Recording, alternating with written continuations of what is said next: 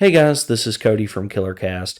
This is just going to be a little quick disclaimer. As I was editing this episode of the podcast, the audio was just absolutely terrible, and there was nothing I could do to fix it. Unfortunately, with mine and Dakota's work schedule, there was just no way that we could re-record it to get it out in time. So watch it if you want to. Don't watch it if you don't want to. This is a fair warning. I just wanted to give you all a heads up before you jump into it and you were like, oh my God, what is this? So anyway, Merry Christmas and Happy Holidays to everybody. I hope you're doing well. And let's get on with this episode. Ho, ho, ho, ho, ho, and welcome to the KillerCast Christmas Special. Are you ready for Christmas, young lads? Hell no, not for this episode, not for this Christmas episode. Maybe in the future. I can't wait for Christmas. I'm excited. I mean, yeah, me too, to a degree. But here's the problem though. So we're pretty dedicated to our schedule of making one post 2000s episode and one pre 2000s episode, and unfortunately we landed on post 2000s for Christmas this year. And you know, it was between this or like Santa's Sleigh with fucking Goldberg in it. I guess we could have done a Black Christmas remake, but no, thank you. yeah, we wanted to do Silent Night, Deadly Night. Yeah, but it didn't fall with the schedule correctly, so hopefully we can do that next year. Yeah. But here we are with Silent Night 2012. Yay! You know, something I want to say before we get any further into this. Ooh, I burped. Excuse me. Before I get any further into this episode is, I don't consider this movie a remake by any means. No. Reboot, I guess you could say. I wouldn't. Is it even a reboot? I don't know. It is so different. Like, there's concepts in it that are the same, but there's a lot of things that are obviously pulled from the original Silent Night, Deadly Night that is not. They pull from it, but they don't utilize it at all. But even if you took away the names of both movies and you watched them both and you didn't know, you would not know these were like... Oh, fuck no. One was based off the other. This is more so, in my mind, a reimagining. I would call it a slutty, like, mid-2000s slasher. Oh, yeah. Like, most definitely. And it's weird because this movie obviously has a fairly decent financial backing. This movie came out in 2012, and which is odd because I don't think I remember seeing anything. This wasn't a direct to video, was it? It might have been. I think this came out in theaters. 2012 was a weird year for horror. I mean, for starters, I graduated, so that was a horror movie of its own. Yeah. Like, honestly, like, if you asked me, name a 2012 horror movie, all I could tell you was Sinister. Yeah. But and to be honest, that's a good one. Yeah. I got the list if you want to. Yeah. What you want to think about it. Spat off a few. That's become a thing that we're doing. So yeah. So Sinister. We've got one of our girl, Catherine Newton, the official blonde of the podcast. Yeah. Our favorite final girl as of right now. Right. Paranormal Activity 4. VHS come out. The Possession, which you talked about in the first episode, I believe, the Jeffrey Dean Morgan movie. Yeah. Chernobyl Diaries.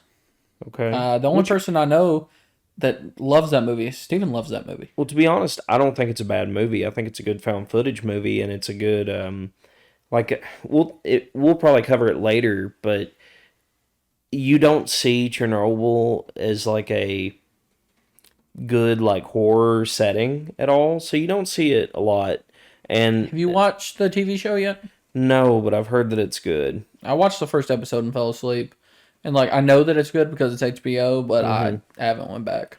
Yeah, it's just interesting in that regard. But continue with what you were saying about Silent Night. Let me finish about 2012. It doesn't get any better. So we got The Woman in Black with Daniel Radcliffe. That's a good movie, though. I don't remember it that much. Yeah, you need to watch it. The Devil Inside, The Collection, which I will say the Collection's a really cool concept. Mm-hmm. It was just made horribly. Well, you've seen there's two movies in that series. You know that, right? What, The Collector or whatever? Yeah, I don't think I've seen that one. Which is the first one? The Collector, and then there's the Collection. Oh, then I haven't seen the Collection. And the Collection, I'm fairly certain, picks up immediately after the Collector. Well, we got Piranha 3 Double D. Fuck that. Titties. Rec 3, Smiley. I guess Lord Don't list Smiley. Get that shit out of here. House at the End of the Street. Silent Night. Well, here's the thing. Prometheus. This will be a good conversation, because this movie come out at a time, obviously, where... God, 2012 sucked ass. Well, it come out at a time whenever horror just was not good. Frankenweenie. Yeah, I mark 2013 as the resurgence of horror, because, that's when The Conjuring came out and stuff like that. But yeah, 2012 sucked ass. And a lot of stuff prior to that, like the 2000s, we said that I think last episode, and Killer Clowns, that the early 2000s and early 2010s were just not good. Yeah, outside of Sinister and VHS, fuck 2012. Yeah, and that's kind of sad that the only notable movies now that Sinister year, I love Sinister. Yeah, don't get me wrong, it's great. But that VHS runs second. Yeah, it's sad that VHS runs second, which VHS is good and spawned a movie of its own as well. But still. So it's crazy to think about. Anyway, this movie had a good amount of backing behind it. I can't think of what the number was financially, what it was right off the top of my head. But obviously watching this movie, there is a great deal of practical effects in this movie. And there is some CG, obviously. Most movies, modern movies, are going to have CG in it. I'm trying to look it up, and I literally don't even see the budget. The box office was rough. Yeah. I don't think this was a wide release, because it made $114,633. Really? That's like what a doctor makes in a year. Yeah. Well, I had, doing research on this movie, I had a hard time finding really a whole lot on it. Yeah, it's interesting. Yeah. But anyway, what was I saying? You're talking about the gore. Oh. Which is the best part of the movie. Yeah, that's the best part of the movie. There's obviously a great deal of money and effort that went into the practical effects. The writing, however, and characters, not there at fucking all. This movie is, at its core, a Christmas-themed slasher. And I feel like it's really hard to pull off a good Christmas-themed horror movie, just because it's such like an asinine thing to try to do. I guess it's like the contrast is so heavy that no matter what you do, it's going to look goofy. Mm-hmm. It's a difficult setting and feel to portray. Yeah. Especially in a slasher. If you do something like Better Watch Out or anything. Anything with a Home Alone feel works, but when you have a Santa slasher, it just feels awkward and it's just cheesy. Well, it's hard to not be. Yeah. You look at the movies that are Christmas-themed horror movies, and you think about... I don't know how I'm trying to say this. It's almost like it's impossible to take yourself seriously whenever you're making these movies. Jack Frost, for instance, about the killer snowman. Yeah, fucking Shannon Elizabeth with a carrot to death. Exactly. It's stupid. Santa's Sleigh with Goldberg. Why that Goldberg movie, did that? I don't know. That movie is fucking wild. I don't think I've ever seen that. You haven't seen it? I don't think I have. We have to watch it then. Because sure. it is batshit. Yeah. It's batshit. But not only that, but obviously the original Silent Night, Deadly Nights. Mm-hmm. The first one is in its own right good. A bit more tamed. Yeah, a bit more tame, but still kind of off the wall in parts. But subsequent sequels after that are fucking wild. Yeah. There's a few out there, but not really any to write home about. And unfortunately, with an iconic series as Silent Night, Deadly Night, this remake, reboot, reimagining, whatever you want to call it, did not hit home. As I said, financially, as Dakota stated, we literally couldn't even find... We couldn't find anything on it. We didn't go out of our way, but I Google searched for probably 3 or 4 minutes and did not find the budget. So that's sad. And honestly, that's something that's listed on most Wikipedias for movies. Yes, I mean, if the budget was under 114 grand, good for you. But there's no way it was. No, not with some of the practical effects they did. And as I said, the cast is nothing good either. To be honest, this almost feels like a sci-fi movie with a bigger budget. However, I mean, Malcolm McDowell's in it. I was gonna say Malcolm McDowell is in it, but he's just playing like a dick cop, like he always. He's does. playing Rob Zombie's Halloween 2 Loomis in this movie, but in a cop role. Now, this is random, but I love the little hats that the cops wear in this, like the winter hats. I've got how they have their badges on there. I've got one hanging up over there on my wall. Yeah, because I didn't know for the longest time. I don't know why. I mean, I knew it was in Wisconsin, but I was like, why are they wearing these cute little hats? And I was like, well, I guess it's winter time. Yeah. But I want to see our police force wearing those. Yeah. So, cast is not good. The story is kind of all over the place. There's a lot of things that happens in this movie that I kind of just sit back and I'm like, okay, and I got some fun tidbits about the cast.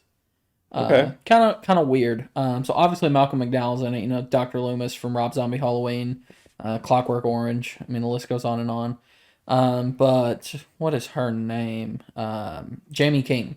She's the final girl. Yeah. What's her name in the movie? I wouldn't even call her final Aubrey girl. Bradymore? Yeah, she's just the main character. She's just the main character. She's actually been in 3 horror remakes of 80s horror movies.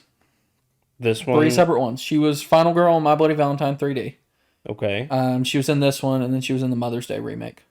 Really? Yeah, 3 in a row. Malcolm McDowell has been in 2. Halloween and this one. That's so crazy. There's a recurring theme. Well, it's like they can't get work in good movies, so they try to hit the remake train. Yeah, hit the remake train. Then the only other real notable person in this is Donald Logue, which plays the shithead Santa Jim. Yeah. Which I think in my notes I called him Bum Santa. I know him from Ghost Rider, but I mean obviously he's Harvey Bullock in Gotham. Yeah, he's in a lot of things. Yeah, which I always liked him. I liked him in this. Yeah, he wasn't bad in this. Him and Malcolm McDowell obviously stood out. Yeah, and I think most. Jamie King did fine too. I feel like here's the deal. I feel like her as an actor is great. My Bloody Valentine remake, I thought she did a really good job in that movie. She was a fine final girl, yeah. Yeah, but is her name Paige? Something like that. Something like that. Matter. Yeah. Anyway, an actor is only as strong as the script that they're given. Mm-hmm. And as I said, I feel like the writing of this is so fucking convoluted and it's all over the fucking place. As you watch it, there's a lot of things that I noticed because I watched this movie 3 times in preparation of this episode. I don't know why I did it, but I did it anyway. And each time I watched it, I paid closer and closer attention, hoping that it gets better, or hoping that I could stitch together and draw lines to understand the plot points of this movie. And to be fair, I'm probably over exaggerating. Okay, mm-hmm. You can smack me across the face for that. I probably am, but I should not be sitting and watching a movie and going well, what's that mean? Yeah, exactly. Going what? It's like a poorly made Christopher Nolan movie. Yeah, it feels like there's too much no to think about. Genuine flow because there's parts of this movie where it's like this guy, it starts off strong. The opening scene is very strong, where he's, I think he's whistling a Christmas song and he's shaving and he's in this old shitty house. And electrocutes that motherfucker. Yeah, you hear a girl screaming in the background and then he goes downstairs and the first kill of the movie is actually a really good one. Yeah, eyes pop out. Yeah, and, cool. and not only that, but it's very... the set design of that is really nice. Yeah. And the kill, how he kills the first guy who is actually a deputy, it's very inventive in a way because it's Christmas lights. Yeah.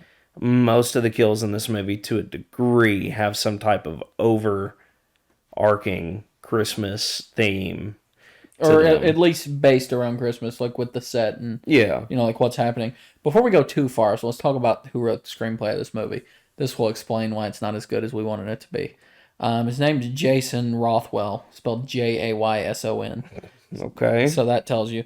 His IMDb is so short I can tell you right now. So he wrote Bob's Weekend, Blessed, Zaman Novolode, Straight to DVD, Second in Command, Malice in Wonderland, Silent Night, and some movie called Polar that come out on Netflix. With Vanessa Hudgens as the lead role. So nothing. So literally nothing. Nothing. He hadn't written a screenplay for 4 years before Silent Night, so. Well, I can only imagine why. Yeah.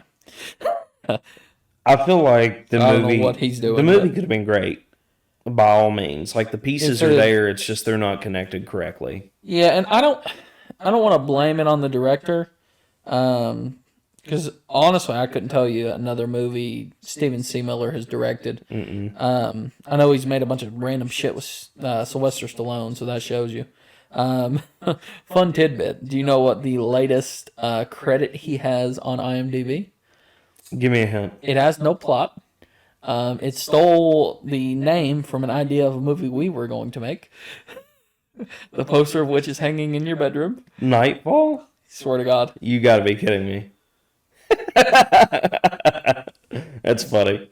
But other than that, he made a movie called Extraction, a short called Granny, Under the Bed, Automating Transfusion. So, in other words, nothing really. notable. So, movies like this come out all the time. They get a cheap cast, they get a cheap director and writer, but they cash in on a name.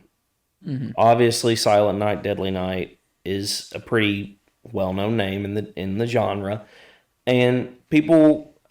I don't remember this at all, but I don't remember the marketing for this. No, I don't either. But I'm sure people were pretty hype about it at the time, or they were hoping people would be. Yeah. Because I don't know if they marketed it as Silent Night, Deadly Night. Not as Silent Night, Deadly Night, but as like a remake or a continuation. Yeah. Because I've never seen a trailer for the movie. So. Right. They change up the story enough that it's interesting, and to a degree, it's not as off the wall as the original. No, I think it's a lot more tamed and what the killer's motive is and like why he's doing it. It's much more very generic slasher, but let's talk about a few things that this movie does right. Well, I mean, let's hit it hard Because we've been spectacular. We've been Not spectacular. We've been shitting on it since we started, and it's like I don't know, 20 minutes in. Yeah. So say something positive. Yeah. Let's list some positives. Let's think. The gore is not. The gore is good. The gore and the kills are good. Yeah, there's just a certain amount of kills. Some of the kills are average, but a few that stick out is the lazy deputy when he shoves that thing through his.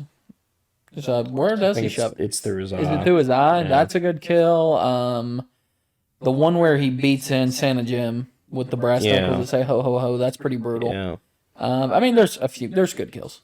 A lot of fire stunts in this movie. Yeah, there are.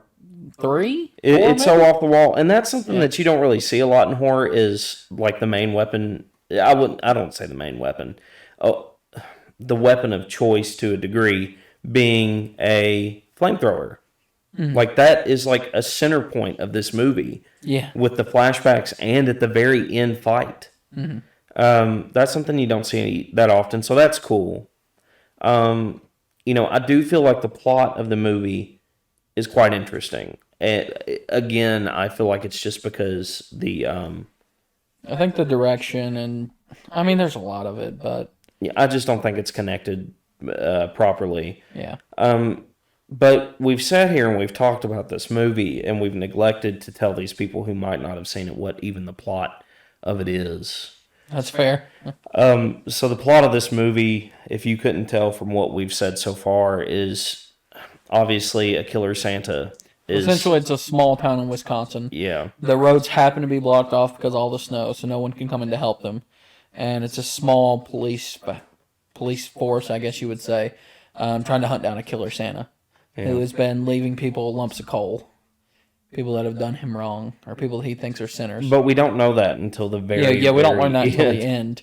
Which you kind of catch on that like he's leaving the little gifts for people like throughout it, and the biggest like reveal is that her dad, the main character, Jamie King's dad, is gotten one of the gifts. They talk about it at the beginning. Yeah, they're like, oh, you got this in the mail. Yeah, you find that within like the first like 15 minutes or 20 minutes. And I don't know. The movie is very slow paced at the beginning.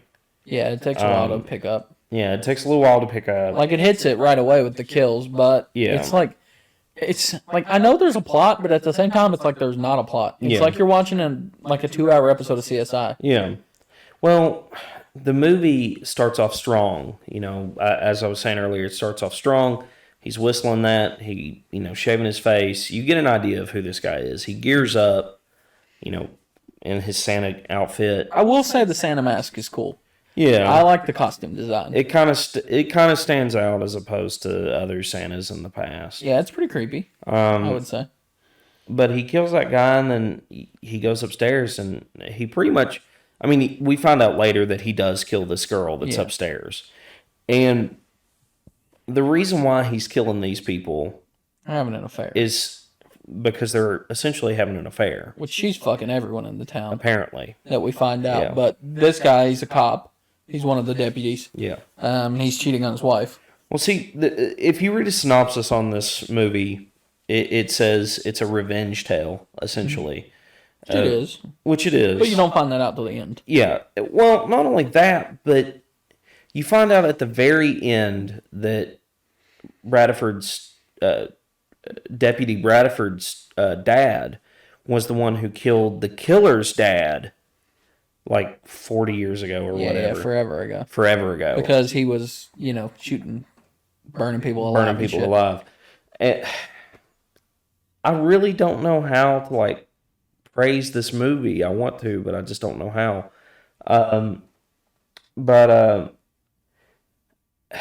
This movie is just so off the wall, but it's like they pepper in little details. Mm. They pepper in little things. It starts off strong. It kills that girl. And then it's like 20 minutes of boring. Yeah. It's not... The pacing, I think, is horrible. Yeah. And it doesn't do a good job at keeping your attention. Like a lot of stuff does. And I think the original Silent Night, Deadly Night does do that. Like, it keeps you... I mean, it's a cheesy 80s slasher, but at the same time, you can watch it and not feel like you spent 80 minutes doing so. And I think that's what makes a movie... not bad as the pacing. Yeah. Well, as I said, it starts off strong with that whole scene killing that guy, and then it's like 20 minutes of Bradford just doing shit. Yeah. Which, that's not a bad thing, because within these 20 minutes, it establishes her as a character, it establishes the cop as a character, or I'm sorry, the sheriff as Malcolm McDowell's character, as a character. It establishes the other deputy in the dispatch. I guess what I'm trying to say is you get your establishing shots of your characters within the first 20 minutes. But another problem that this movie has is its overabundance of characters. Because there was times, which, to be fair, what's a slasher without meat bags? Mm-hmm. But, whenever you've got your main character, your sheriff, your other deputy, the dispatcher, the main character's mom and dad, you have... Santa Jim. You have... some random guy stealing money from his grandpa. Yeah, you have the mayor's daughter, the mayor's other daughter. You've got 30 characters that you introduce within 20 minutes. I wouldn't say 30. That's an over an exaggeration. No, it's 20 minutes. Yeah. But it's not far off. You get overwhelmed. And you're like, what the fuck is going on? And it slows the movie down. Yeah, so I make a lot of wrestling analogies in my life, but I think this is a perfect time to bring it up. Because, and I can say this, because there's a lot of horror fans that are also wrestling fans. But when it comes to, like I was saying, pacing, you have a good wrestling match, something that's good, it could go on for an hour, and it feel like it lasted 15 minutes. Yeah. But you have some shitty slugfest with someone like Goldberg wrestling, and goes on for 15 minutes, and it feels like it lasts an hour. And I think that this movie does the same thing, is it has so much bullshit going on, and so much, pointless character development that we don't need. It spends at least 90 seconds, maybe almost 2 minutes, in this nursing home with this kid. And I guess it's just a homage to the original movie. Yeah, I was going to say, because that's a callback, because the old man, and this made no sense to me. This was a pointless plot point where the kid comes back later to get a blowjob. Yeah, and he dies. But he's like, his grandpa looks up at him and he goes, Santa's evil. Yeah. Or whatever. And he's like, my grandpa talked for the first time in a year. And then nothing happens with that. Yeah, and then I didn't even realize it was the same kid later. Well, it's like, what does this man know that we don't know? Like, was he involved in this in some way? It doesn't, like, play on that at all. No, like, it would make sense it. if maybe he was maybe one of the people in the church the night that guy come in and, like, burned it down and shit. But, like, it doesn't say. And, like, that is a plot point. It's like you just wasted 10 minutes of my time. Mm-hmm. Yeah, this movie was one of those draggers. Like, I don't want to say I hated it because the gore was cool and, like, I did like certain parts of it. Yeah. I thought the ending fight was really cool. Like, I was in the police department with the sprinklers on and everything. But, I mean, overall, it was pretty boring. Well, I can't even say that there was any good cinematic shots in this movie. No. Well, I don't know if you noticed. Did you notice all the, like, shaky shots in this movie? Yeah, this movie had really bad shaky Like, cam. it would pop up on Santa, and then it would just start rumbling. Yeah. Like, it was vibrating. I'm like, what the hell are you doing? Well, there's a reason why a lot of movies did that back then, especially low-budget movies, was because that way, if it's shaky and it's hard for you to focus on something, it doesn't have to look good. It doesn't have to look good, yeah. So it saves them money in that. And not only that, but, you know, fight scenes and stuff like that, the choreography doesn't have to be spot on. Yeah. So that's why shaky cam is a thing. I don't agree with it. I think you should take the extra mile and take the initiative. Mm-hmm. But that was very prominent in a lot of older movies. Not so much now. You still see it sometimes, but not so much now. So let me tell you about a problem I have with this movie. Some of the dialogue kills me in this. Yeah. It's to the point of cringy where it's something I would expect us to say. Are you talking about whenever that deputy is singing to the sheriff? No. That fucking made me go, oh, but the sheriff called him out on it immediately. Yeah, no, not that. So there's a few things. So there's this little girl that's being a little bitch, and she's like, Mom, we need to go to the mall now. And she knocks her mom's medicine out of her hand. And the mom's like, well, I thought we could, go to the church service tonight. And the little girl's like, fuck church. Which is, that part's funny, but she keeps going on, and she was like, oh, the fucking Salvation Army. Are you kidding me? What do you want? And then I've never been happier to see a little kid get killed. Yeah, and you know what? I will give this movie credit. That is ballsy. Yeah. That is very ballsy. He just starts ballsy. Electrocuting her and then kebabs the little bitch. And it wasn't even like a shot. It wasn't a slice. It wasn't a bullet. It was, I'm going to shock you to death. Yeah, she was foaming at the mouth. Yeah. And the one thing I did hate about this is the mom's delivery is so bad when Malcolm McDowell shows up. Yeah. Because you would think she'd be like Sarah Paulson crying, but she's just like her daughter was a bitch, but she's like, it's my fault. If you go in there, you'll never unsee it. And that's literally what she sounds like. She awful delivery.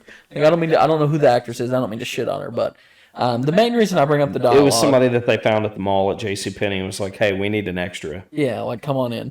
Yeah. So there's this, it's not a sex scene, but I guess it's an oral sex scene, where the kid from earlier that stole his grandpa's wallet is with one of the... These are your problems with the movie, correct? Yes. Okay. Well, he's with one of the, like, slutty daughters or whatever. The mayor's daughter. Yeah, the mayor's daughter that the priest was taking pictures of earlier, the preacher. Yeah. And they're, filleting and having oral sex. And Filleting.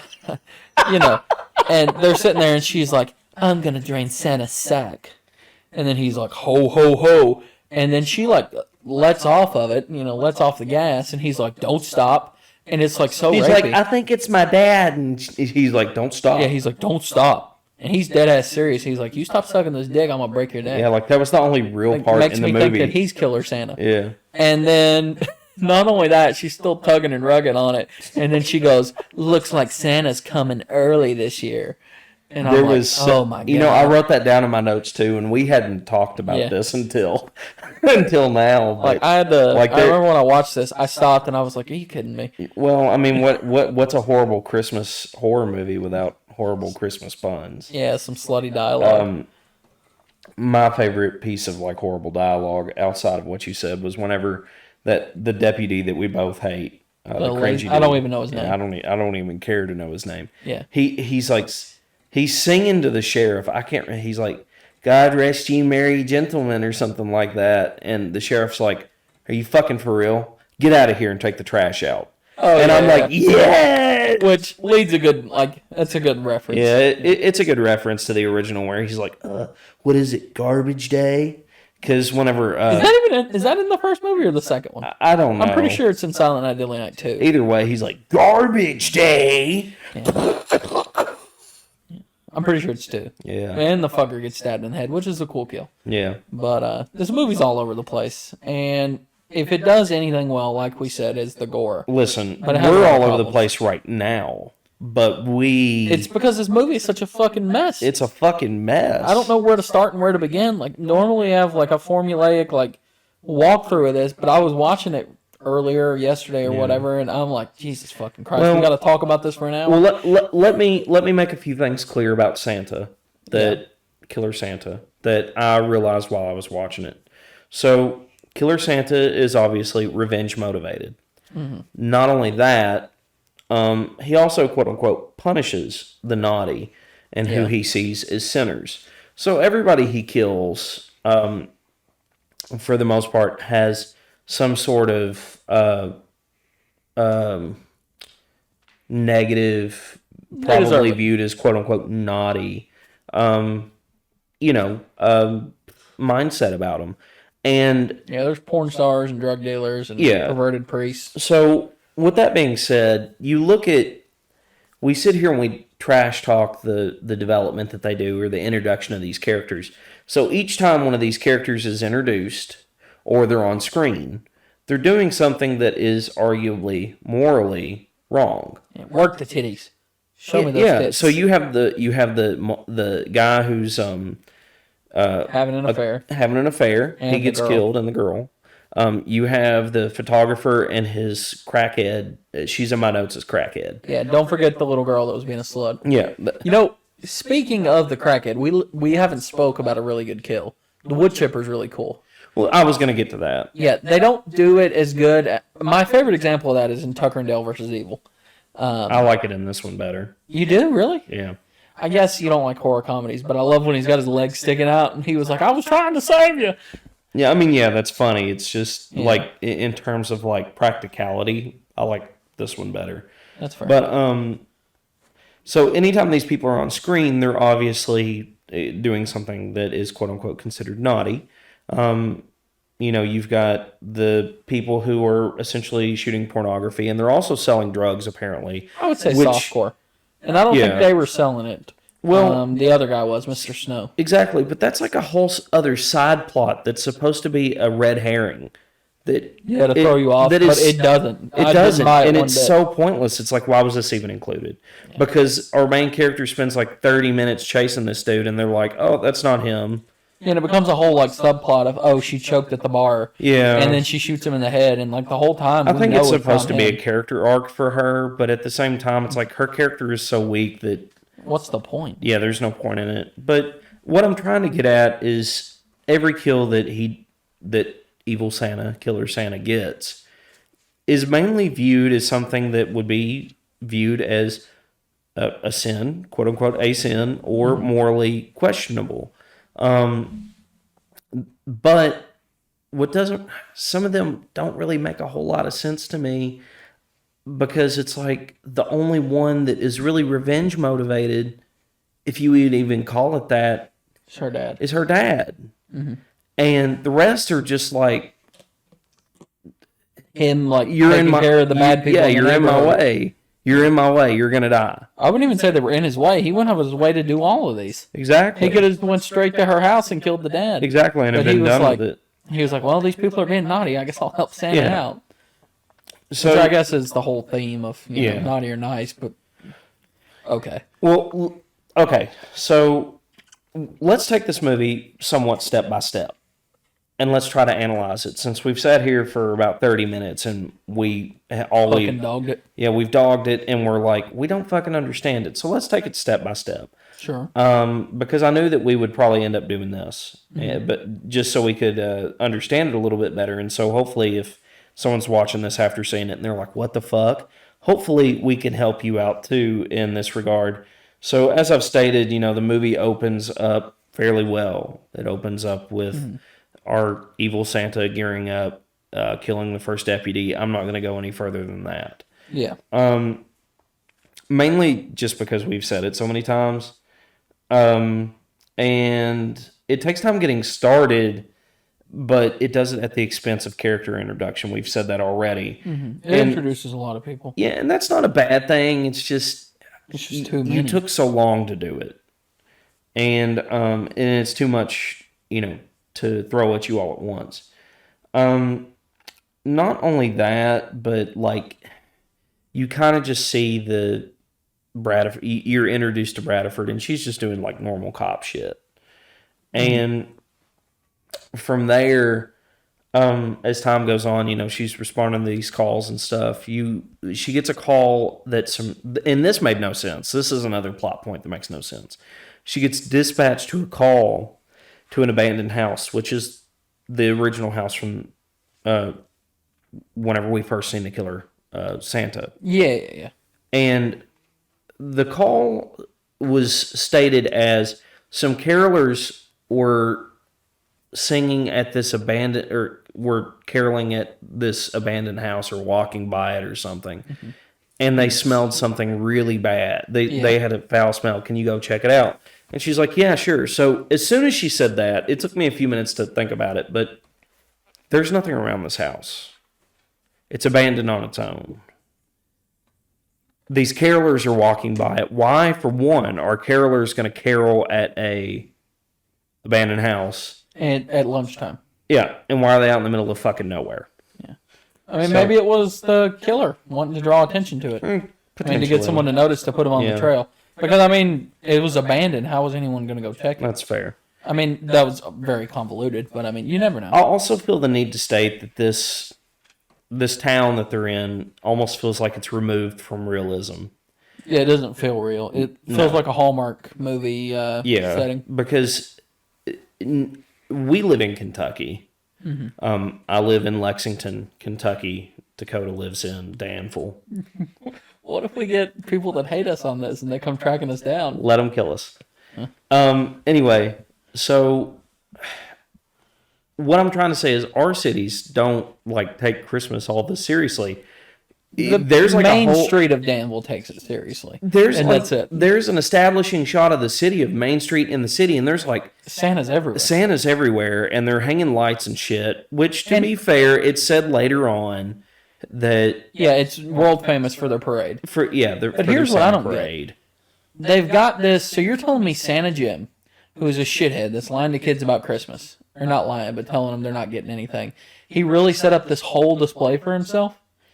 Or was that just happened to be there? I don't know. And he just took it over. He was like, no, I'm sure because there's a part where she goes and talks to him because he's being a dickhead. Yeah. And he says something like, I've got a permit. And she's like, well, I can revoke that permit. So, and it's stated later on too that he does travel and do this. So anyway, this city takes Christmas very seriously. Yeah. So I guess carolers just moving house to house midday is not too out of the question, but it just seems really out of place. Yeah. So she goes and checks it out, and she finds her dead coworker in the basement. Yeah, she's pretty shook. Yeah. And she also hears a phone ring, so she goes upstairs to see what's up. And it's the girl from earlier, and she's been dismembered, and her body's strewn all over the fucking place. Yeah, she's pretty fucked up. Yeah. And this is where we first get some character development or some character understanding of Bradford. Whenever the sheriff comes up and he's like, you can't handle this, you should have waited for me. Yeah. And it shows what's happened, and it's not played on very well because it's like, oh yeah, that's right, this happened to her. She had some trauma from her previous husband. He died. Yeah. And she's trying to cope with that. And did it say how he died? I'm sure it did, but I didn't pay enough attention. Yeah, I didn't catch it. Not only that, but she's got big shoes to fill. Her father was a police officer as well. Yeah, he's kind of set her up to be the next generation of him. Yeah, and she's very uncertain. So there's a lot of uncertainty within this character. Did they portray it properly? I don't think so. It's brought up, but it's not a big part of her character. Unless it needs to be at that moment. Yeah. And her police work is just so bad. She sucks. She's a shitty cop. She's a horrible cop. And even after All she of them has are. her character arc where she's supposed to like redeem herself, even then it's still bad. Yeah, she still sucks. Yeah. So they're trying to investigate this a little bit more. And, they're like, oh, well, we got to look into this. And then we get a cut to Killer Santa. And he's going to the modeling thing in this crackhead hotel. No, the little girl's next. Oh yeah, that's right. He does. Fuck church. Yeah, fuck church. I guess he's just walking by this house and he hears it, and the mom goes upstairs. He prods this girl, kills her, and then there's. That's what I'm trying to say. Like, I've watched this movie 3 times, and I cannot remember the events in order, and I have notes. Yeah, and you watch Freaky once, and you remember it. And I'm able to recall it very well. Yeah, it's just, fuck this movie. Yeah. I hate to say it, but... Yeah. And I think at that scene as well, that little present that you said earlier was found. Is that shown with the little girl? I think it is under the tree. I'd have to go back and look at it again because there's like some stuff that's in this movie that is, I don't want to say is blink and you'll miss it because they obviously have the camera on it and there's obvious shots like, hey, look at this. Like, this is here. It's not like a background thing. It's not like an Easter egg thing. It's not like a hidden thing that you have to nitpick like it's a Marvel movie or something or a Star Wars movie. It's like, no, it's very blatantly there, but even so, it's like there's so much that happens, so many things that it's hard to keep up with it. Yeah. But eventually, we get to arguably one of the best kills in the movie, and that's the motel scene where, and this also leads towards the red herring character. Yeah, work those tits. Yeah. So. Santa just comes in and they're shooting like softcore porn. Well, one girl leaves, and it's the mayor's daughter. She's doing. Oh, is that who that? Mm-hmm. Yeah, she was doing coke. Did not know who that was. Yeah, see exactly. Yeah, exactly. I swear to God, I watched this movie twice in the past 3 days. Did not know that was the mayor's daughter. Exactly. I didn't realize it was her until this morning. Whenever I watched it again, I thought the mayor's daughter was just the girl that was singing and showing her tits. Well, I mean, yeah, but she's also 100% did not know. She was doing coke and shit. I'm genuinely sitting here surprised. Yeah, it's like there's like 15 different stories going on in this movie. Yeah, but evil Santa kills crackhead by getting her in the stomach with like a sickle. Yeah, and then he kills the photographer by getting him in the nuts, sort of. Yeah. The model runs away, gets into the bathroom. Santa busts through the door, tries to choke her with a shower curtain, and almost gets shot by the photographer. Santa comes back and kills him. Yeah. The model jumps out the window and runs topless, screaming, of course, like tits bouncing everywhere. Yeah, that's a problem with like a lot of horror at this time did that. Like, she was nude for what, 4 or 5 minutes? Well, it's easy. Maybe not that long. She was nude for a like good her chunk titties of were out that, for a while. It's like I always think of My Bloody Valentine 3D, where they filmed that scene of her just nude. Yeah. And she was nude for like a good 3 or 4 minutes. And they were almost always in frame too. But I mean, oh yeah, there was no blur on those titties. And if you can get horny little boys to buy your movie, like, it's gonna make money. I mean, yeah, you pause and I mean, look at Jennifer's Body. Like, that movie is not like bad by any means. It hasn't aged well. Well, it was, but they marketed that movie on sex. But it's just not even what it was about. Exactly. But that's why they marketed it that way. Exactly. So it would sell. And it did. Yeah, exactly. But this is arguably one of the best kills in the movie, or it is the best kill, however you want to look at it, because Santa actually, as she's trying to run away, cuts her leg off. Yeah, that was pretty good. Yeah, and it doesn't look bad because it's a practical effect. It's not CG. And he picks her up and he throws her in a mulcher or a wood chipper, or whatever you want to call it. Uh-huh. And this scene goes on for a lot longer, and it's a lot more graphic, and you see a lot more angles. And it looks, I don't want to say it looks quote unquote real, but it's a I thought the same thing when I was watching this kill because I was like, man, if I didn't know this was a horror movie, I would believe I was watching a snuff film. Exactly. Like, it looked so torturous. Yeah, and you know the colors in this movie, especially in the scene specifically, are so very muted. Yeah. You know what I mean? Like the blood almost looks black. Yeah, it's very I don't want to say realistic, but it's like kind of creepy. Yeah, The lighting. I don't know how to describe it. It's unsettling in a way because of how the colors look. Yeah. It just looks so, like it's like a layer of gray. It's bright and dark at the same time. Yeah, it's weird. And you know, from there, like there's not really much else. I mean, the police officers get notified of the motel kills, and they also get notified of the little girl kill. Yeah, they find out who they think it to be. Yeah. Which is, what's his name? Mr. Snow? Mr. Snow, and they find that out because they find a phone. Mm-hmm. And they also find a camera. And in the photographer's camera... Yeah, pretty decent jump scare, I guess. Yeah, pretty okay jump scare. Yeah. And, you know, honest to God, I feel like it's the only quote-unquote attempted jump scare throughout the whole movie, to be honest. I don't think there's... Yeah. I don't think this movie doesn't really utilize jump scares at all. No. Which is kind of strange because most movies at this time did. And it's weird that was in there. Yeah. But they review the footage of the camera and they're like, holy shit, there's our guy. That's what we need to look for. So they put out this, like, be on the lookout for. Yeah. And they find a guy that matches the description. But, well... Eating a cheeseburger. Let's backtrack a little bit. They find a phone. And in the phone, there's like this thing for the last person he called was someone named Mr. Snow. Yeah. And this is supposed to be the red herring. This is supposed to be the red herring, but it's pointless because we know who it is. Like, it's not believable. That it's not him. It doesn't make sense. It doesn't even look like it would be him. No. And they go to the bar and they find a guy. Bradford goes to the bar and sees this guy who matches the description, questions him a little bit, and he gets kind of weird and sexual about it. He's like, you've been naughty this year, deputy. And she pulls out her phone right in front of him and calls Mr. Snow's number. Yeah.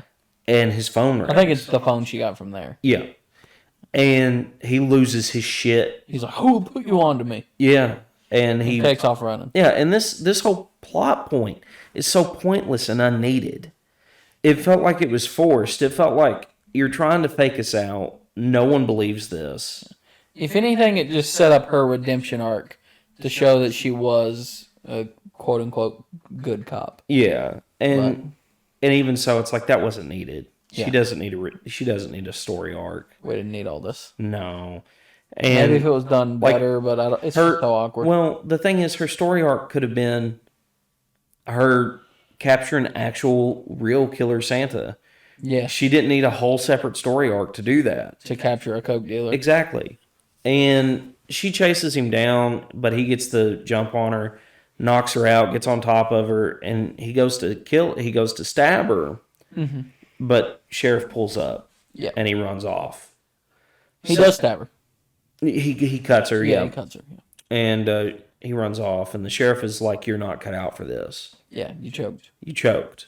And, you know, that's where you see a moment of weakness with her, where she calls her dad. And this is where you get a little bit of foreshadowing. Yeah, I didn't realize this till after. Yeah. Yeah. But you get a little bit of foreshadowing where she's like, you know, Dad, this is what's going on. Blah, blah, blah. I choked. I can't do this. And he's like, no, you will be a great cop.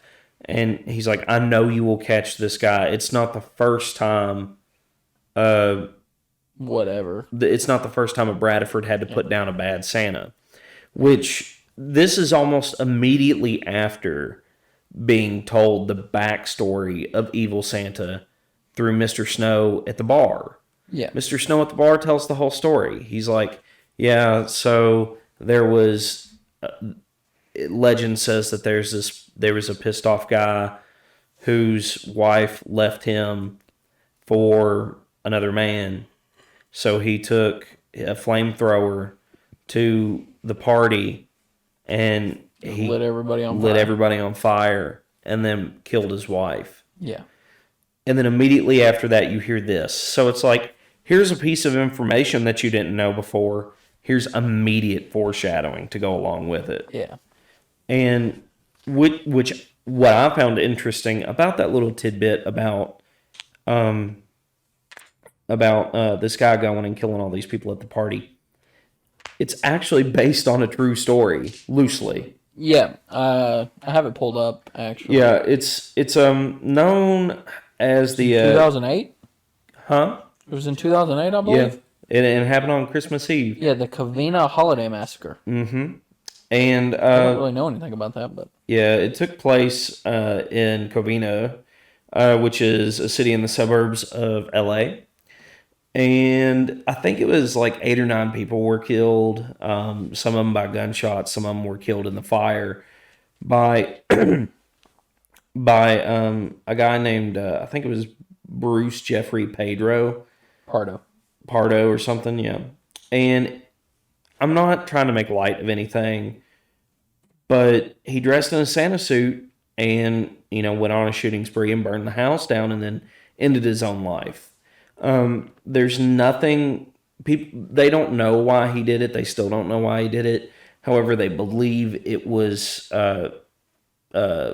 marital related because he had just finalized his divorce like the week prior. Yeah, I honestly never heard of this happening. And his ex-wife and the in-laws were At the party. probably the main targets. Yeah. So I didn't know about that. I didn't know about this. And it wasn't until after I started doing slight research on this movie did I realize that. And that's cool that they took, I mean, it's not cool, but it is cool to a degree, that they took something like that and they made it the main focus of this story. Mm-hmm. I will give it credit there. It's cool. And it's crazy to think, like I know serial killers are a real thing, but that's insane to think that just happened. Oh, yeah. Like, it's... Fucker was dressed as Santa on Christmas Eve and killed a bunch of people. Walked in and started killing people and burning the house down. Like, yeah. Man, how fucked up do you have to be? Yeah, it's messed up. But from there, they get like a little story arc, and they're like, no, that he's not the right one. We know he's not the right one, or something like that.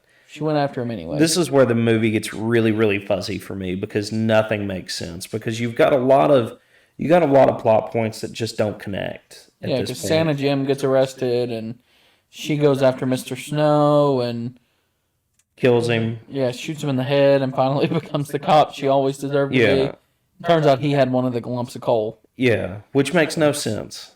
Makes no sense. Makes no sense that he had the coal. I mean, it does make sense, but it's like dealer. It makes sense in that regard, but it's like, you got to be fucking kidding me. Yeah. And that's where it clicks. She has the realization, like, oh my God. First off, the crossword thing. Well, 8-letter word for a 6-sided thing or whatever. Yeah. Snowflake. Yeah. That's 9 letters.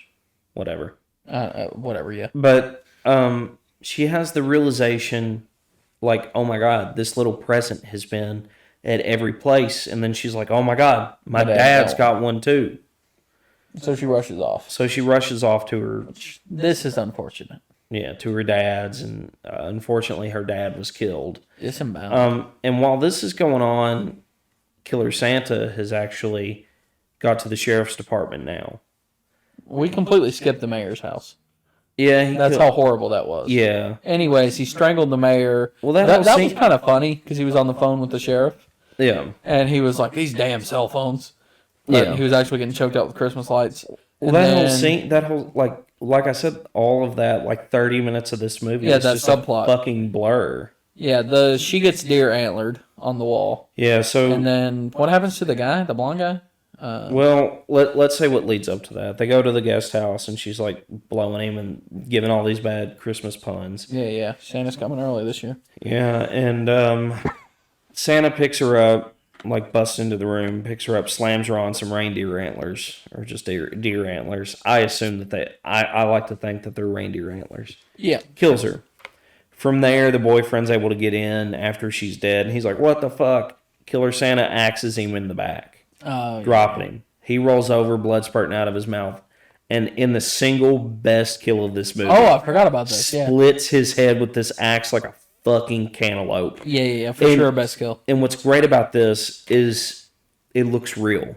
Yeah, great practical effect. Great practical effect. It wasn't CGI at all. It reminds me of Baked Bean Head. Yeah. And my favorite part of this is afterwards, Santa goes in and gives the little girl a candy cane. A bloody one. And she's like, Santa, you forgot about the cookies. yeah. I was really hoping Oh, we'd you come back and dumbass, eat your one. whole family just died, but okay. Yeah. Which is weird because earlier on in the movie, the mayor was talking about how his wife was wanting to have a Christmas party or something. Yeah. Where was she during all this? I don't know. It's like she was mentioned but just forgot about. Yeah, and apparently he had other kids because he was like, you're the only one that's still good. Yeah. I don't But know. there's a lot of subplots in this movie that either don't get realized or Weren't fucking needed. just weren't fucking needed, and this was one of them. Yeah. It was just to add more kills to the list. Exactly. Now, the reason why the mayor was killed, obviously, the mayor's daughter and her boyfriend were killed because premarital sex is a sin or whatever. Well, I would say he stole from his grandpappy.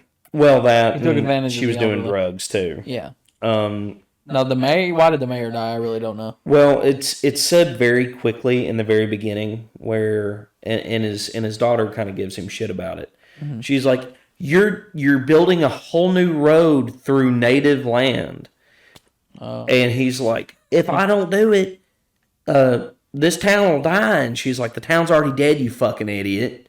And he was like, "Oh, I don't even remember that scene. yeah," because That's sad that I don't remember so much of this. I've watched it twice in the past 48 hours. it's like a thing. It's like it happens so quick. It's just like obviously you would miss it. Yeah.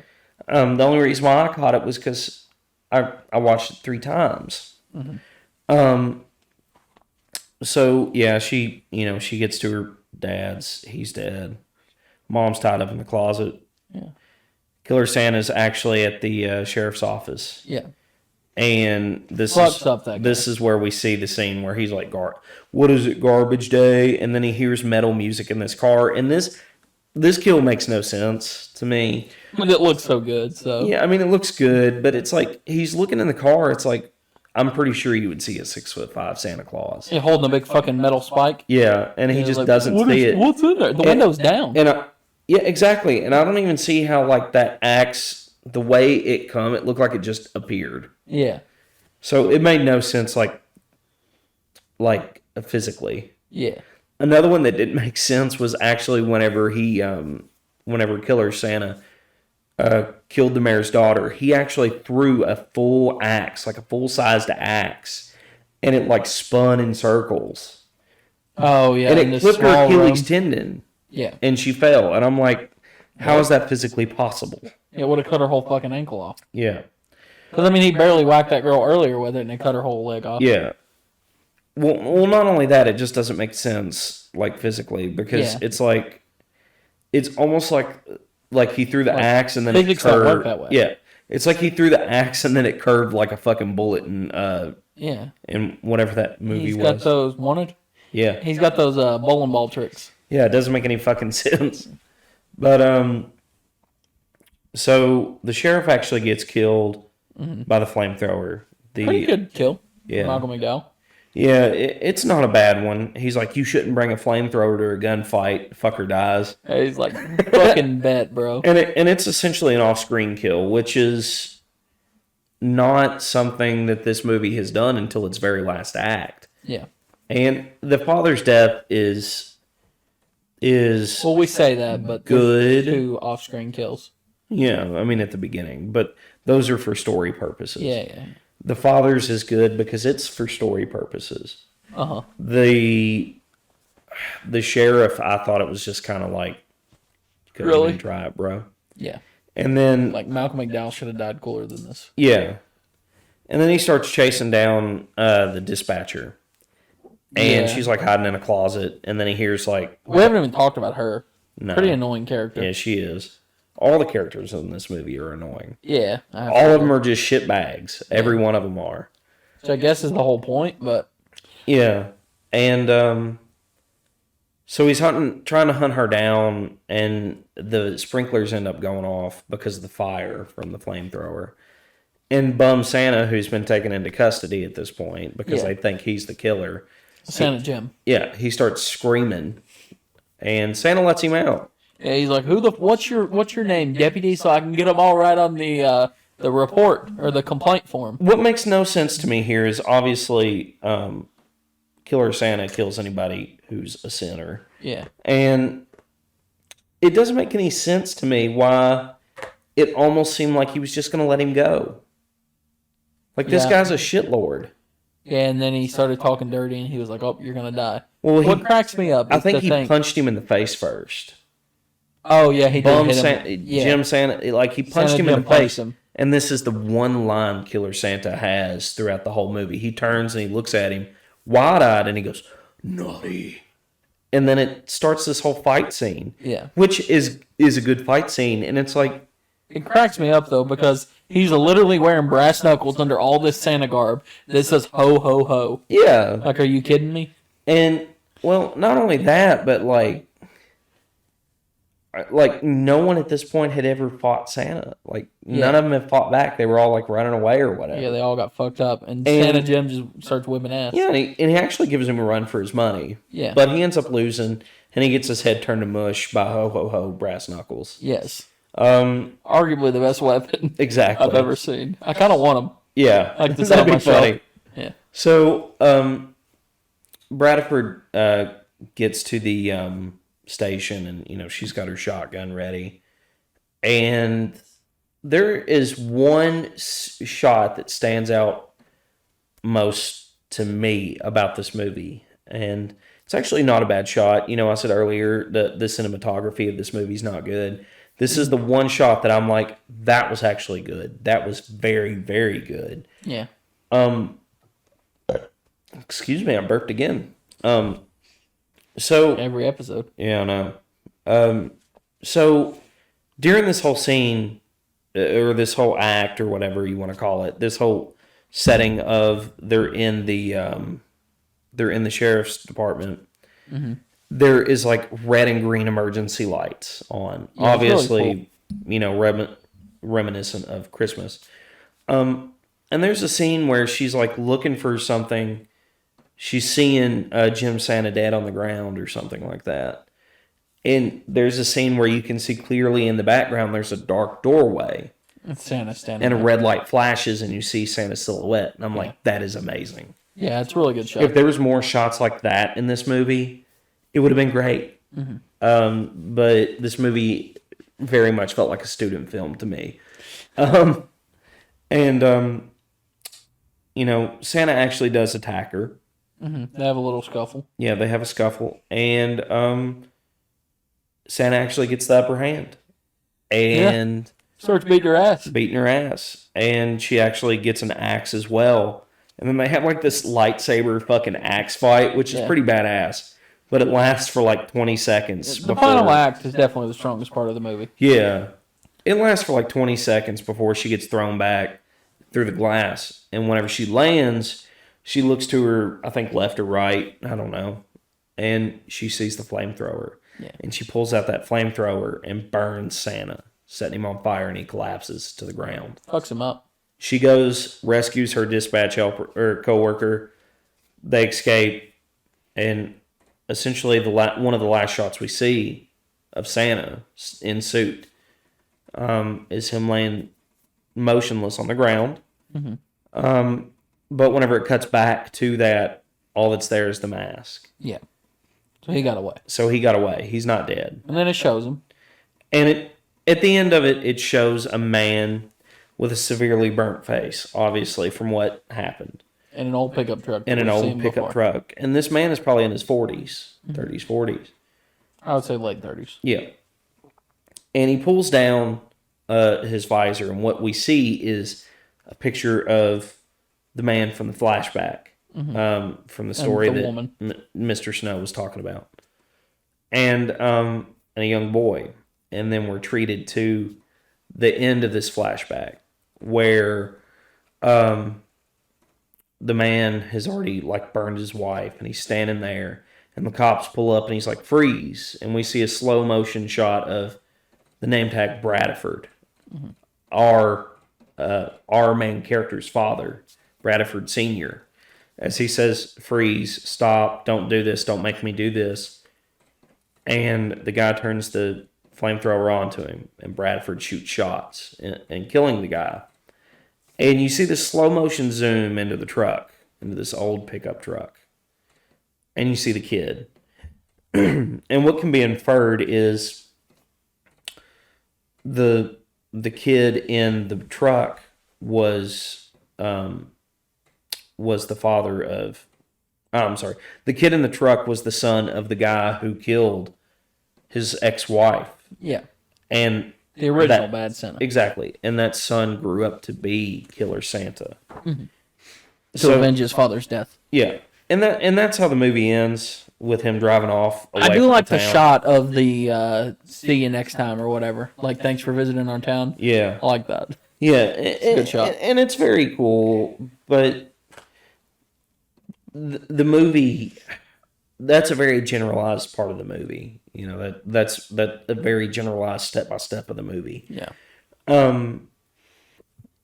It's very sloppily put together. I can't stress that enough. Yeah. The big reveal at the end, though, is actually really interesting, and it's not bad. Did I like it? Yeah, I like that reveal at the end. Yeah, it was fun. Would I have guessed it? No, I wouldn't have guessed it. There was no way to really guess it. There's no way to guess it. Yeah. You know, I feel like the whole subplot with the red herring guy was just... I don't think it was necessary. It wasn't necessary. They could have told that story a different way. They could have been, you know, like, oh, the old man, you know, from the grandpa. Could have told that story. Could have told that story or something. Anything. You know. But the only reason why grandpa was there was because it was a callback to the original. That's the only reason why. But yeah, this movie's very sloppily put together. So, I mean, watch it if you want to. Do I recommend it? I mean, yes and no. It's pretty hard to watch, honestly. It honestly is. I don't think it's worth how much you have to go out of your way to see this. So no. I bought the Blu-ray at FYE, which is $15. Yeah. No mistake. It's on Movie Sphere, which is an add-on to Prime Video. So if you hear this Movie Sphere, we will most definitely take a sponsorship. $20. Thank you. Hot dog and a handshake, baby. Yeah. But that's the only place I know. So I guess if you want to sign up for a free trial for that, all the other Silent Night movies are on there. So you could do like a little binge, from Christmas onward.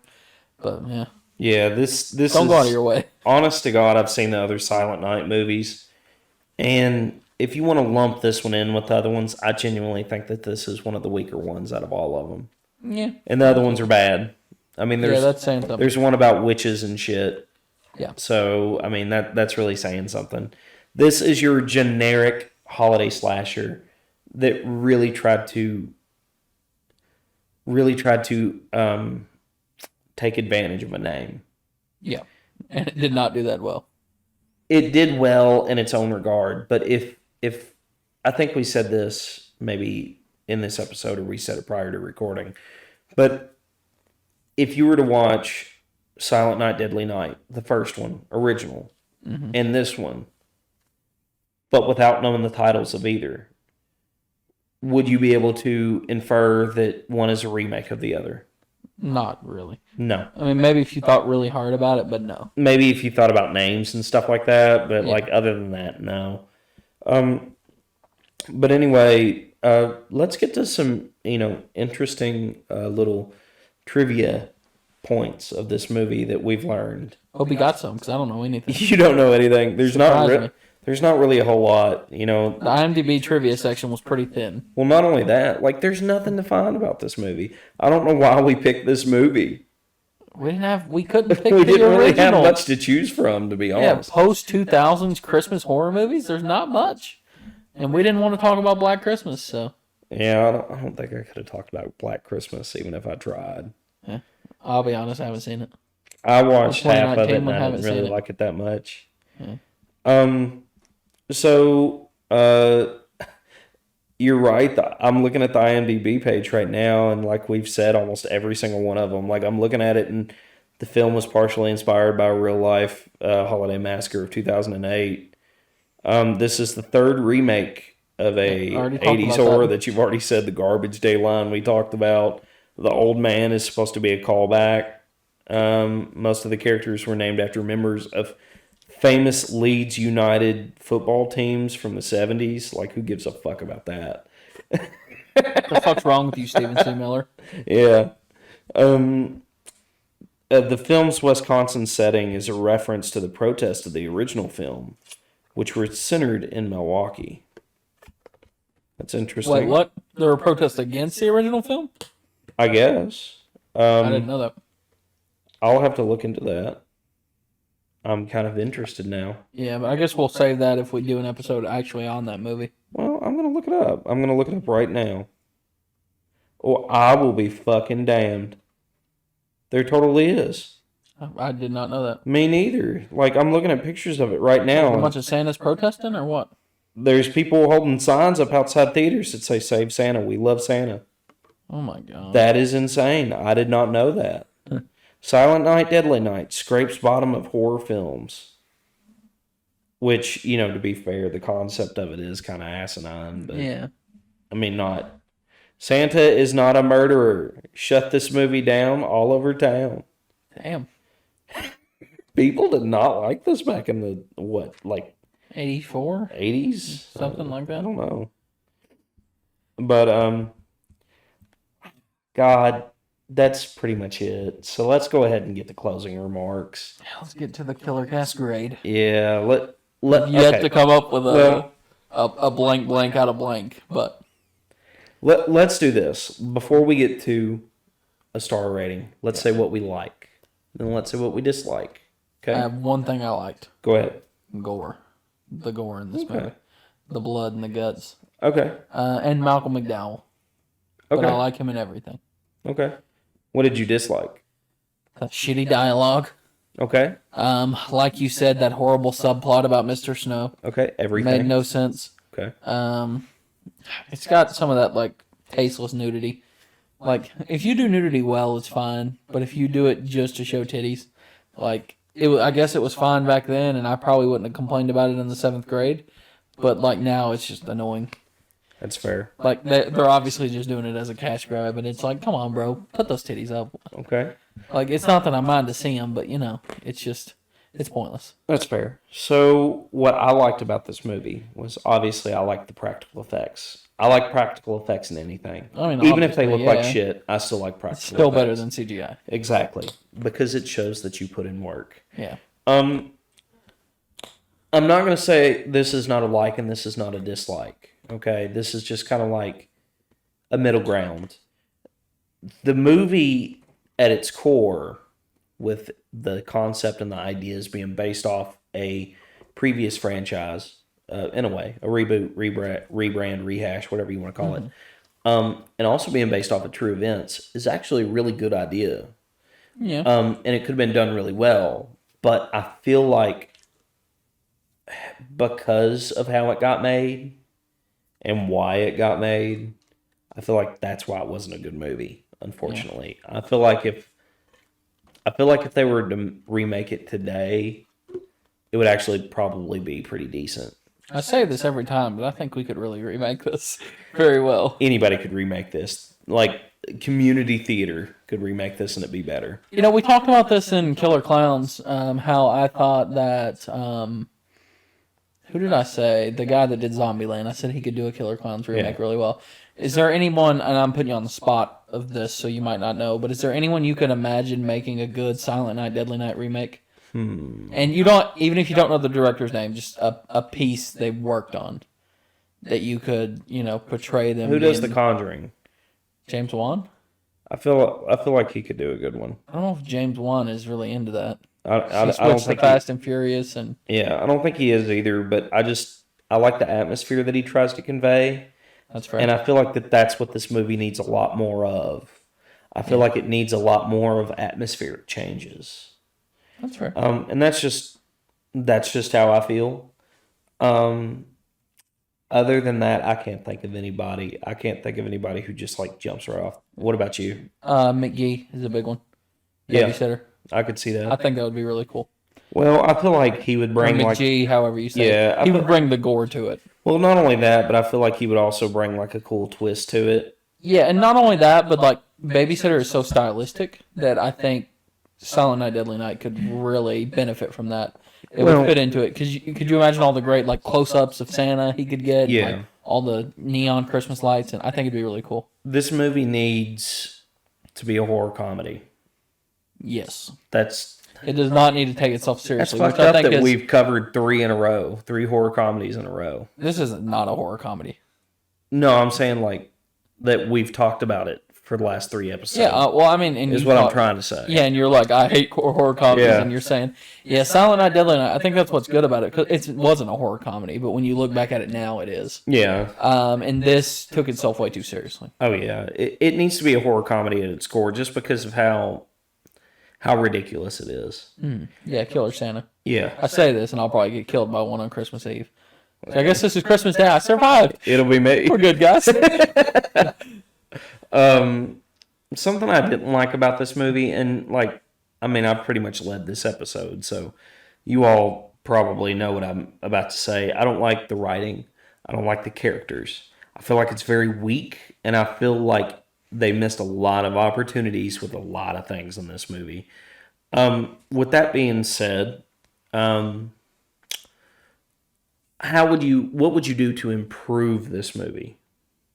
I would change everything. I'd give it a new director, a new writer.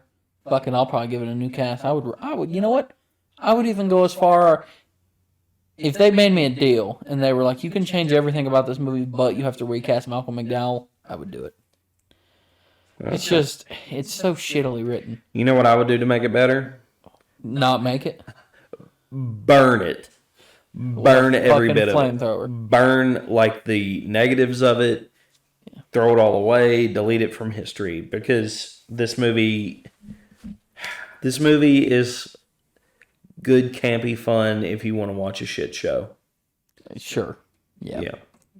And it amazes me that people like this movie. It's got a 65% on Rotten Tomatoes. And that's amazing to me. Yeah. That's amazing and to me. And stuff we love has like a 12%. Yeah. I mean, maybe it's just our taste, but... Killer Clowns didn't even have a good rating on Rotten Tomatoes, a good audience score anyway. But this does. That amazes me. So, with that being said, like, let's go ahead and end this shit. Let's give it a rating. I'll go first. Yeah, I'll let you. I think you went first with Killer Clowns. Yeah, because everyone thought I copied you. I feel bad. Go ahead. But I'm just going to be blunt honest. 1. No.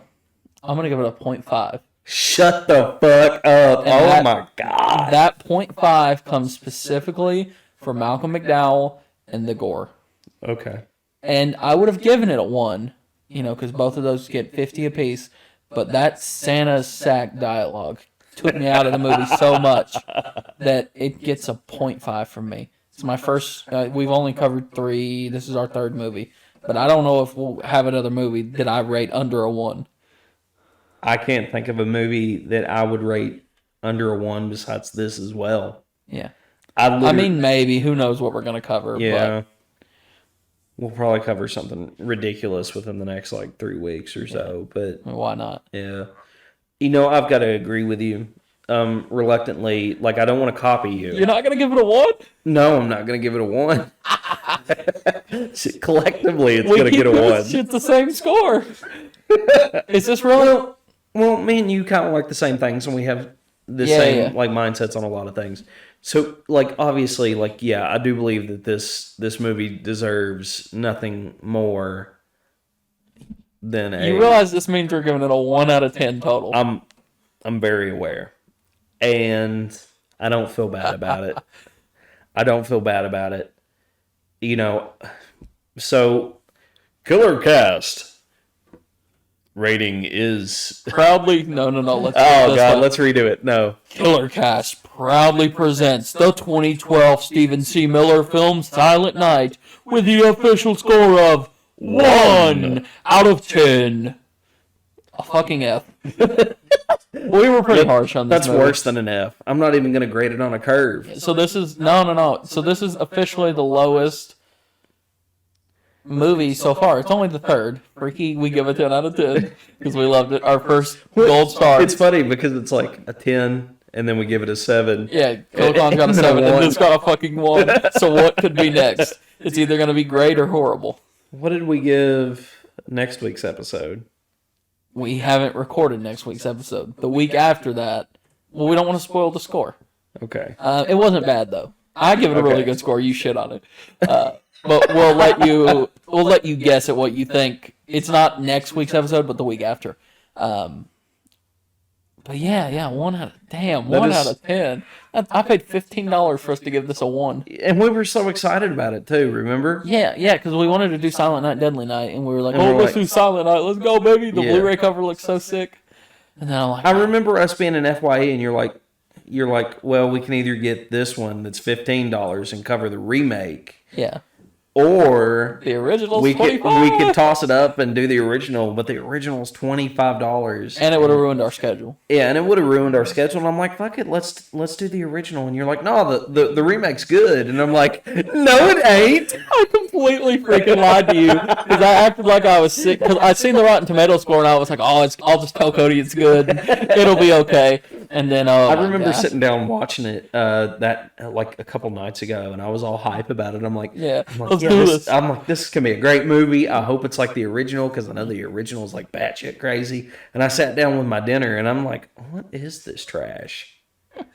Oh, we've really dogged the shit out of this. I hope Malcolm McDowell's not listening. Malcolm McDowell, man, you need to really buy the rights to this movie and stop letting it circulate. Yeah, it's like Matthew McConaughey in Texas Chainsaw, like. Or who else is in that? Reese Witherspoon? Yeah. Or no, Renee Zellweger. Yeah. Like her publicist literally like denied that she was in that movie. And Matthew McConaughey, I'm pretty sure, was like his manager was like. If we ever get the chance to meet him, I'm getting the VHS signed. Oh, like, what do you think his reaction would be? All right. I think he'd. He would have to crack up. There's no way he wouldn't crack up. At this point, it's been so long. I would look at him and be like, "Can you do the noise with me?" No, he would just. He'd probably do it. He'd think it was funny. He'd probably shoot me and kick me out the fucking door. Yeah, he'd probably turn you into a fucking. I don't even know. He'd kill you. Yeah. But yeah, that's the unfortunate truth, guys. I wish that I could have brought you better holiday and Christmas spirit, but you spent your Christmas listening to us shit talk Silent Night. Yeah, but yeah. I mean, I hope your Christmas has been better than ours. Yeah. My Christmas was fine. I didn't watch this on Christmas technically, so I guess my week of Christmas hasn't been great. I've been working every day and watching shit like this. Yeah. Well, guys, that'll about wrap it up for this episode of KillerCast. If you couldn't tell, I wasn't really into it, and I apologize if this was bad to listen to. No, it was good. Listen to us shit talk this movie. Yeah. But as normal, make sure you follow us on Instagram, KillerCast Official. Cody's on TikTok. I still don't know how to make those. Yeah, it's kind of a pain in the ass. But be sure to listen on all platforms. If you're interested, the Linktree link is on our Instagram. I think I've put the podcast on like 8 different sources at this point. So surely to God. Huh? Listen to it somewhere. Oh, of course, yeah. Surely to God, you can find a place to listen to this. And if not, shoot me a message on any of the platforms or just comment under the YouTube video and just be like, hey, can you get it on here? I listen to it mostly on here. And of course, I will try to get it on there just for you, depending on if it's free for me to do it or not. Speaking of comments, if you're watching this on YouTube, and if you're watching it somewhere else, you can DM us on Instagram, but give us some movie recommendations of what you want to see us do. Yeah, because obviously we've got a schedule of what we would like to do, but it is more than willing to change. Yeah, and obviously there's plenty of movies out there. And I'm not going to sit here and say, like, I am the aficionado and my head is like an encyclopedia for horror movies. There's so much shit we don't know. But there's so much stuff that we have never heard of. Like, we were at FYE looking at movies, and I'm like, what the fuck is this shit? Yeah. And you're like, I don't know. Do you want to watch it? And I'm like, not for $35. No. So if there's a movie that you want us to cover, like, surely to God, I'll look into it. I know a lot of people are talking about Possum. Have you seen about that? No clue what that is. You need to look it up because I've seen some stuff for it. Yeah. Like opossum? No, it's just Possum. And it's very unsettling, and it's pretty popular right now, I think. It's I hate unsettling I don't know what shit. it is. I think it's a foreign film, actually. Of course it is. But it looks very unsettling, and I think it'd be cool to cover that. So, wink, wink, maybe in the future if I decide to do it, and if Dakota can sit through. I was going to say, if it's got any A24 vibes, your boy's going to be throwing out his first 0. I cannot freaking wait until we make a Midsummer episode so I can give it a 0. It's freaking spoiler alert. I'm going to do it. Frickin' spoiler alert. I'm calling it out. Like, my redneck's coming out. I'm getting pissed. We can't start talking about this, so I'll go on for another hour. Now, come on. You really think that Midsommar is worse than this? Yes, I swear to God. I'm losing my voice. You can take it as a fucking note right now that Dakota will give Midsummer a 0 What about when Hereditary? we review it. Or I will Hereditary? not give Hereditary a 0 due to Toni Collette and Nat Wolff. What Or would you- Alex Wolff. Okay. I don't know. I'll save it. Because obviously we'll do a Hereditary episode. That movie won't be as bad because there's stuff I like about it. But there's not a goddamn thing I like about Midsummer. Only highlight is that Kenny from Where the Millers is in it. So, okay, I'm going to give you 3 movies. Sure.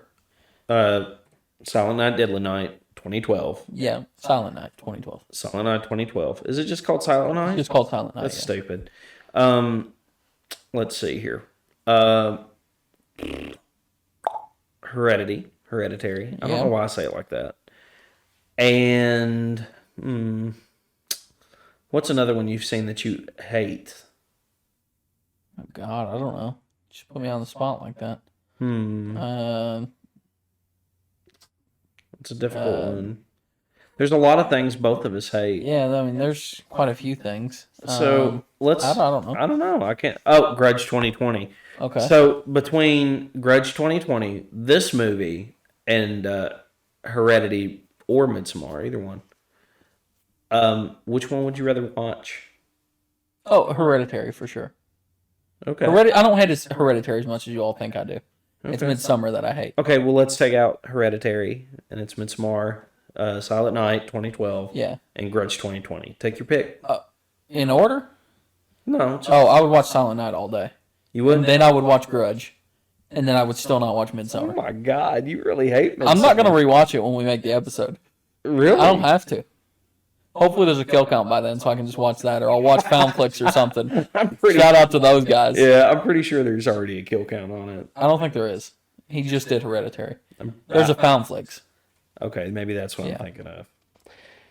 But anyway, guys, that is going to be it for us tonight. Yeah, that was our episode of Silent Night and Dakota's weekly bitching about Ari Aster films. Yep. It's Tune just in coming next to week staple. for the same shit being reiterated. I hope you guys have a great holiday, whether course. it be Christmas, Kwanzaa, fucking Hanukkah. Happy holidays in general. Yeah, just happy Live it up. holidays in general. I know it's rough out there right now with COVID and everything else going on in the world. I hope seasonal depression hasn't got to any of you all, especially the shut-in depression as well. What about me? Huh? What about me? What do you mean? I've got it bad.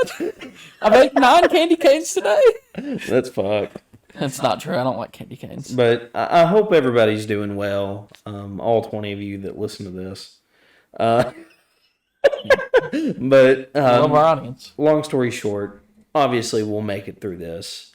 And I hope we can make it a little bit better.